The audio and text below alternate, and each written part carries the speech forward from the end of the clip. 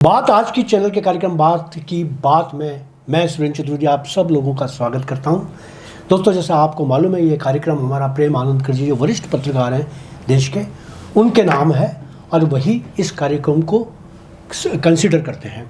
आज हमने इसमें एक मेहमान हमारे और जोड़ लिए हैं, वो हैं अशोक मलिक, जिनको आप जानते हैं, किसी परिचय के मोहताज नहीं, बहुत अच्छे एक्टिविस्ट हैं, भूतपूर्व पार्षद भी हैं और मैं कहूँगा कि नगर पालिका क्षेत्र की उनकी जितनी वो नॉलेज है वो नॉलेज शायद ही किसी को हो।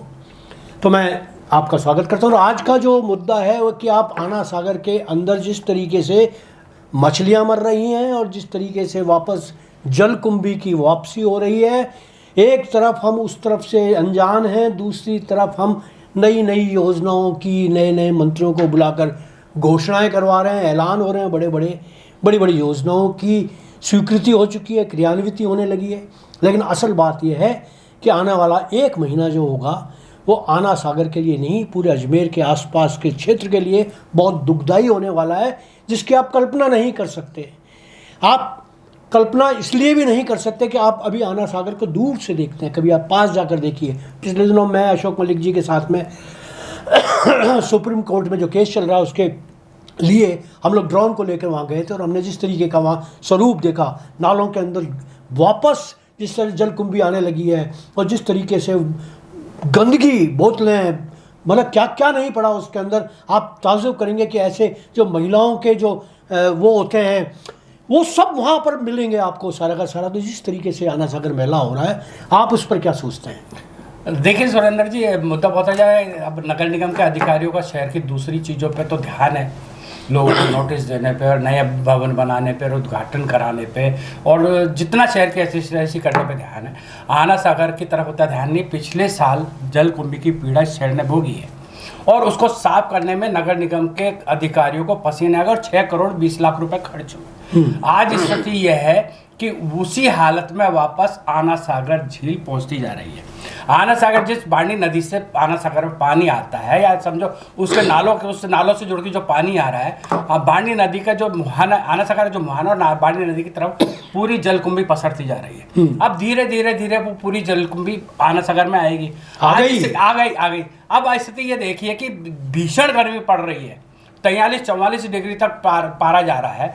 उस स्थिति में आज आना सागर का पानी बदबू मारने लग गया है, मछलियां मर गई है, जलीय जीव जो जंतु हैं वो मर रहे हैं, पानी में ऑक्सीजन की मात्रा कम हो रही है क्योंकि गंदा पानी उसके अंदर पहुंच रहा है। गंदगी, अभी आपने जैसे बताया, शहर दुनिया भर की गंदगी उसके अंदर पहुंच रही है। जब गंदगी पहुंचेगी तो बट नेचुरल है, पानी की जो ऑक्सीजन की मात्रा होगी कम होगी। जब ऑक्सीजन की मात्रा कम होगी तो निश्चित रूप से उसके अंदर रहने वाले जो जलीय जीव जंतु हैं वो दम तोड़ेंगे और आज मछलियां दम तोड़ रही। लेकिन नगर निगम के किसी भी अधिकारी को इस तरफ ध्यान नहीं गया है और न उनको इस बात की सोच है कि शहर की जनता अगर बदबू भोग रही है, आसपास के कॉलोनी वाले बदबू भोग रहे हैं तो भोगती रहे। नगर निगम के अधिकारियों को तो अपने हल से मतलब है, अपने कामों से मतलब है, लोगों को नोटिस देने से मतलब है, तोड़फोड़ करने से मतलब है, अपना हिसाब किताब का जरिया सेट करने से मतलब है। इस तरह कोई ध्यान देने वाला नहीं। अब आपको एक चीज़ और बताऊं, एनजीटी में इन्होंने पिछले साल एक शपथ पत्र दायर किया था कि सब हमने जो 16-17 नाले, 15-16 नाले हैं उनको हमने बंद कर दिया, लेकिन वास्तव में बंद नहीं हुए थे, वहां भी झूठे शपथ पत्र दे दिया था। हाँ। आज सारे नाले यूं के यूं ही एनजीटी का प्रेम जी जो केस लड़ा गया और जो सुप्रीम कोर्ट तक पहुंचा, जो उसके अंदर जो हमारे अशोक मलिक जी हैं उन्हीं की याचिका है और अशोक जी ने एक बहुत बड़ी भूमिका अदा की आना सागर को बचाने के लिए। मैं अच्छा, ये जो आप कह रहे हैं ना सारी बातें, आना सागर के एनजीटी के अंदर उन्होंने झूठे शपथ पत्र दिए, एक्चुअली जो पानी की जो क्वालिटी आई थी अशोक जी ने जो कहा, इस पर अशोक जी से ज़्यादा कोई बेहतर नहीं बता सकता। अशोक जी, आना सागर की बर्बादी के ऊपर और जो आज की स्थिति बन रही है उस पर आप क्या कहेंगे? सर, आप और मैं जब ये ड्रोन सर्वे कराने के लिए गए थे, आपने देखा मछलियां मर रही हैं, जलकुंभी आ रही है। जलकुंभी का जो जलकुंभी है क्या? जलकुंभी एक ऐसा एक वो है वनस्पति है जो कि अपनी कोशिकाएं के तरह उसका विस्तार होता है। जड़ें नहीं होती, जड़ें नहीं होती, पानी तैरती रहती हैं और बस ये यूं बढ़ती हैं। नहीं, उसमें क्या है, एक यदि पत्ता टूटेगा, सबसे बड़ी जो इनने गलती करी, इन लोगों ने जो ये मशीन यूज कर रहे हैं, जितने इसके टुकड़े होंगे वो उतने ही टुकड़ों में उसका विकास होगा। विकास होता जाएगा। मतलब इन्फेक्शन रोग की तरह कोई चीज हाँ, बिल्कुल। उसको जहाँ काटोगे ये दूसरा कैंसर हाँ, है। बिल्कुल, बिल्कुल। ये तालाब का कैंसर है। हाँ। इसको जितना काटोगे वो उतना बढ़ेगा। बिल्कुल। और ये होता क्या है कि जैसे थोड़ी सी बरसात हुई, जी। हुई, तो जो इधर उधर के क्षेत्रों में इसके जो टुकड़े ये डेड नहीं होते, ये डेवलप होते हैं। लास्ट टाइम भी जो किया गया वो हमारे मेयर महोदय ने और जो भी इसमें इन्वॉल्व रहे उन्होंने दिखाया, साहब हमने वो कर दिया। उसमें हैवी केमिकल यूज हुआ है जो कि पाबंद था। अच्छा। उसको ये देखिए, अब नई नावों बात- वाले नई की बात सामने मदद से उसके ऊपर छिड़काया गया, उसमें जाल बना के उसको निकाला गया। और एक नगर निगम में परंपरा चल रही है, पार्षदों को हर महीने कुछ ना कुछ एक अमाउंट देना पड़ता है। वो जो 6 करोड़ आप कर रहे हो वो 6 करोड़ नहीं लगे, वो गाड़ियां दिखाई गई हैं। और वो जो था अभी भी मैंने को सुनने में मिल रहा है कि 2-3 महीने का एडवांस चल रहा है पार्षदों का। एवरेज 20,000 रुपए पर पार्षद है, वो मेयर महोदय को इकट्ठा करना पड़ता है। अब वो देख रही है कि बढ़ जाए तो फिर से मैं वहां से करके दे दूंगी। 3-4 महीने का तो वो खुद खाएंगे चुनावों के पहले। अब जो बिल्डिंग बनी है, काम कहाँ होता है? रोड बनने में, बिल्डिंग बनने में 30 से 40% कमीशन खाया जा रहा है।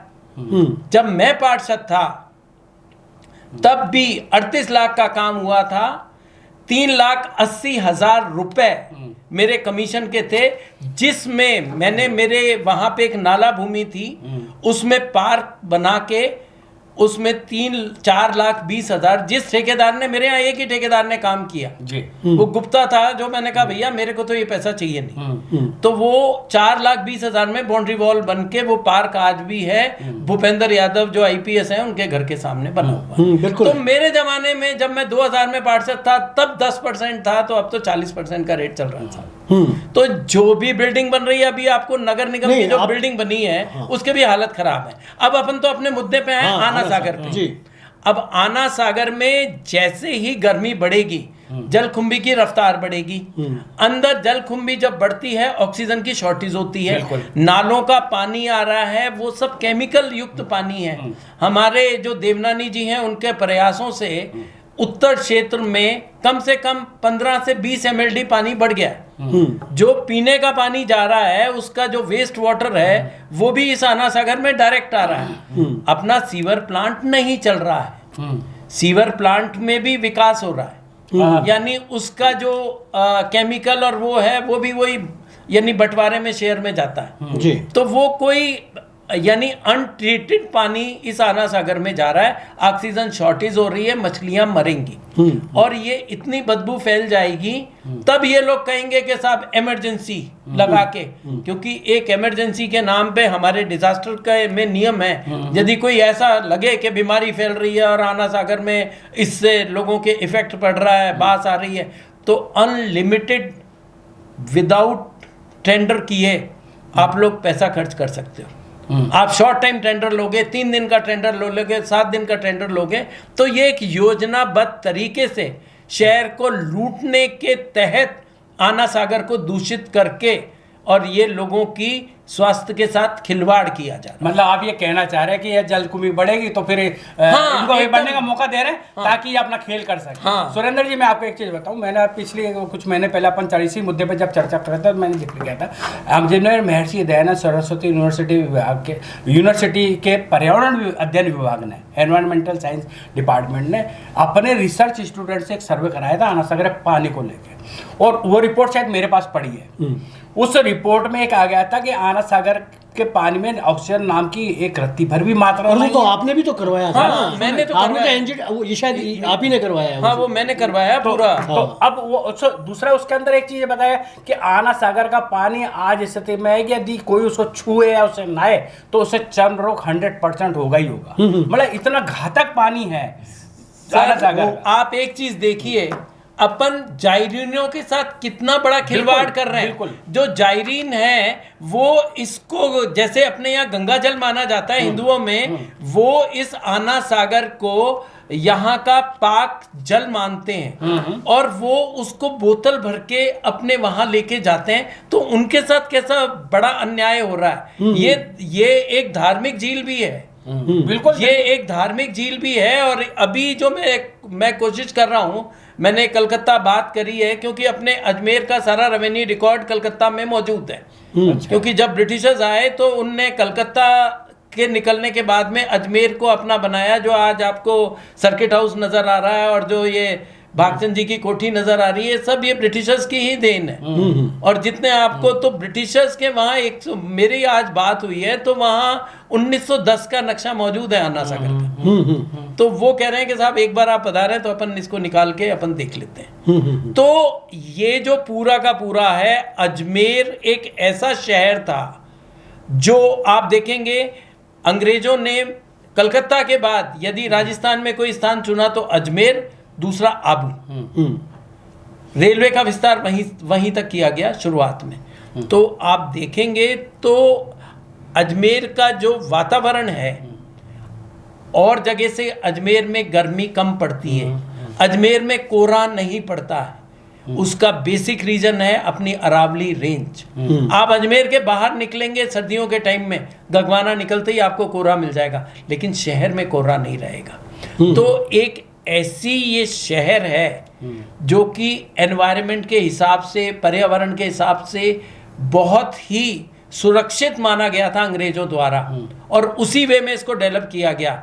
और आज भी जो आर्मी एरिया है, सीआरपीएफ का एरिया है, रेलवे का एरिया है, और जो क्रिश्चियनिटी के पास में एरिया है, अब उसमें कमी आती जा रही है। वहाँ मैक्सिमम प्लांटेशन है, उसी से यहाँ का वातावरण सुरक्षित है। अशोक जी, मैं एक सवाल और पूछना चाहूँगा आपसे कि अब आ गई गर्मी, बारिश आने वाली है, और आपको मालूम है कि अब इस बार बारिश की जो वैज्ञानिक भविष्यवाणी है वो ये है कि 150%, 40%, 35% रह सकती है। 138% की बारिश, 100% की बारिश ही तबाही मचा देती है, तो 135% की अगर तबाही हुई तो हम क्या उसी तरीके से जैसे सिंधु घाटी के वो अपना सिंधु, उनको लोग के पाकिस्तान को हम बहा रहे हैं, बम बना रहे हैं, जल बम, तो हमारा क्या हम आना सागर जल बम नहीं बन जाएगा हमारे लिए? देखो साहब, अब इसमें कुछ चीजें और जुड़ गई हैं जी। देवनानी जी ने कहा साहब बाड़ी नदी को चौड़ा करो। अब बाड़ी नदी को पीछे से तो साफ करके चौड़ा कर दिया गया। अब आके बाड़ी नदी बाड़ी नाले में कन्वर्ट हो गई है, जिसका एफिडेविट दिया है साहब। हमारे निगम के और स्मार्ट सिटी के अधिकारियों ने एफिडेविट पेश किया है कि बाड़ी नदी नाम की कोई चीज नहीं है, बाड़ी नाला है। तो वो पानी पीछे का फ्लो आएगा। अभी आपने देखा होगा हमारे माननीय धर्मेश जैन साहब हैं, जो पहले एडीए के चेयरमैन रह चुके हैं। अभी 2 दिन पहले ही अपने कोर्ट नंबर 4 जी ने एक फैसला दिया है। उनके घर के वहां 60 फुट का नाला था, 1 से 15 नंबर मकान में उस 60 फुट के नाले को अधिग्रहित करके अपने मकान बना लिए गए।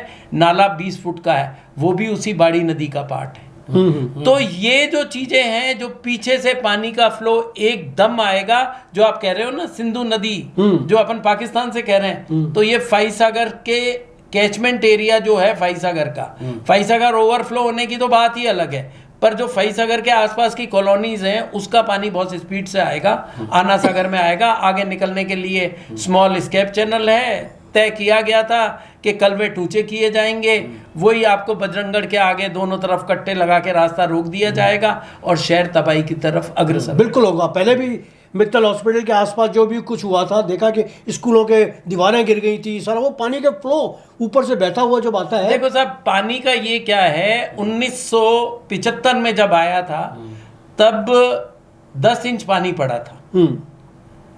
उस टाइम जो तबाही हुई जी, वो अब 5 इंच पानी क्या 4 इंच पानी में ही हो जाएगी जी। कारण क्या है, नालों को छोटा कर दिया, एनक्रोचमेंट कर लिया, सब कुछ हो गया। तो तबाही की ओर अग्रसर है। आना सागर के आसपास में जो लोगों ने लाखों रुपए खर्च करके अपने मकान बनाए हैं, उनकी स्थिति आने वाले 2 महीने में फिर वही दयनीय होने वाली है। बिल्कुल, उनकी स्थिति खराब होगी, यहाँ पोल्यूशन फैलेगा। पिछले 2-3 साल से जो स्थिति शहर की आप देख रहे हैं ना, इस बार भी वही होने की संभावना उससे ज्यादा है, उससे ज्यादा होने की संभावना। आप ये चाहे हमारे लोग जो नालों का इंस्पेक्शन कर लें, चाहे अधिकारी नालों का इंस्पेक्शन कर लें, आज तक वही होने वाली है और उससे ज्यादा बदतर होने वाली है। कोई असर नहीं पड़ने वाला है, कोई काम नहीं हो रहा है। मैं आपको क्लियर करूं, मैं ये जो सुप्रीम कोर्ट में कल जिसमें पेशी थी, मैं खुद यही चाह रहा था कि ये अधिकारी लगे हुए हैं किसी भी तरीके से बचा लें, किसी भी तरीके से कर लें, क्योंकि कल जो मेरी बहस थी उसमें मैंने इसको एडिशनल वेटलैंड डिक्लेयर करवा दिया, जो कि एफिडेविट है 7 अप्रैल के एफिडेविट में कलेक्टर साहब ने दिया है। यदि वो उस एफिडेविट में ये नहीं होता एडिशनल वेटलैंड, तो मैं शायद इसको उसी दिन इसका विरोध करता। जब यदि मेरे को पर्यावरण सुधार के लिए 29-22 हेक्टेयर का एक एडिशनल वेटलैंड मिल रहा है, तो मैं उसका क्यों विरोध करूंगा। सही बात। और अब मैंने जो भगवान जो करता है वो उसी पे डिपेंड है, हम तो उसका एक सहारा बनते हैं। अब 4 अगस्त की डेट है, ये जो पाथवे है इसको मैं नहीं तोड़ूंगा, लोग बाग तोड़ने को मजबूर हो जाएंगे कि जब घरों में पानी पड़ेगा और वही अपना अजमेर की करीब 2 लाख की आबादी उन गलियों में से घूम घूम के हमारे दीनबंधु जी के घर में जब पानी की लहरें जाएंगी और इधर मित्तल हॉस्पिटल के बेसमेंट में पानी घुसेगा, तब लोग बाग खुद ही कहेंगे कि चलो भैया जेसीबी लगा के अपन ही तोड़ते हैं, प्राइवेट प्रोक्लेन से ही तुड़वा लेते हैं। तो ये स्थिति भगवान अपने आप पैदा कर देगा। तो दोस्तों, आपने सुना, बात की बात में हमने इतनी लंबी बात कर ली, और बात में जब बात निकली तो आना सागर पर भी पहुंची, तो बाड़ी नदी पर भी पहुंची, तो शहर की तबाही पर भी पहुंची, ड्रेनेज सिस्टम पर भी पहुंची, और किस तरीके से आने वाली संभावनाओं पर पहुंची। आने वाला संकट टला नहीं है, समय सामने है, मछलियां मर रही हैं, जलकुंभी का आक्रमण हो चुका है, और अब बारिश होने को है। तो पुलिया पर हमारे घर बने हुए हैं, बाढ़ की संभावनाएं सामने है। तो ऐसी स्थिति के अंदर हम लोगों को अतिरिक्त सावधान होना पड़ेगा। नगर निगम हो या सरकार हो या जिला प्रशासन हो, हमें अभी से गंभीरता से इस बात पर विचार करना पड़ेगा। हो सकता है कईयों के स्वाद हमारे कार्यक्रमों से जायका बिगड़ रहा हो, उन्हें अच्छा ना लग रहा हो कि हम उनका विरोध कर रहे हैं। हम उनका विरोध नहीं कर रहे, हम जनता का समर्थन कर रहे हैं। जन समस्याओं के आने वालियों को हम टालने की कोशिश कर रहे हैं, स्थगित और रद्द करने की कोशिश कर रहे हैं। ऐसे में ये कार्यक्रम आपको कैसा लगा, आप बताएं। धन्यवाद।